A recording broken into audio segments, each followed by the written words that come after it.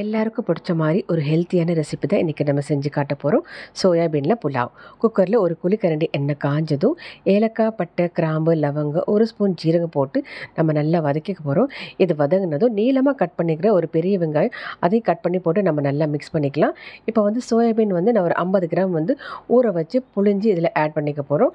இதுவும் நல்லா மிக்ஸ் பண்ண பிறகு இந்த ரெசிபிக்கு தேவையான காரம் பார்த்திங்கன்னா பட்டை மிளகாத்தூள் 1 ஸ்பூன், கரம் மசாலா 1 ஸ்பூன், உப்பு போட்டு நம்ம நல்லா மிக்ஸ் பண்ணிக்கிறோம். இது மிக்ஸ் பண்ண பிறகு 1 ஸ்பூன் நெய் ஆட் பண்ணிக்கலாம். அதையும் போட்டு நம்ம நல்லா மிக்ஸ் பண்ணிக்கலாம். இப்போ பார்த்திங்கன்னா 1 டம்ளர் அரிசி நான் ஒரு 10 நிமிஷம் முன்னாடி ஊற வச்சு எடுத்திருக்கேன்.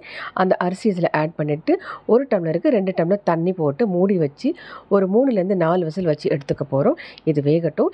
இன்றைக்கான டிப்ஸ் பார்த்திங்கன்னா துவரம் பருப்பு, பாசிப்பருப்பு, இந்த 2 பருப்பு வகையை குக்கரில் போட்டு வேக வைக்கும் போது ஒரு சிட்டிகை மஞ்சத்தூள், கொஞ்சமாக எண்ணெய், கொஞ்சமாக வெந்தயம் போட்டு நீங்கள் வேக வச்சிங்கன்னா அந்த தண்ணி வெளியே வராது, பருப்பும் சீக்கிரமாக வெந்துடும். இந்த ரெசிபி உங்களுக்கு பிடிச்சிச்சின்னா நீங்களும் ட்ரை பண்ணி பாருங்கள். எங்கள் சேனலை லைக் பண்ணுங்கள், கமெண்ட் பண்ணுங்கள், சப்ஸ்கிரைப் பண்ணுங்கள்.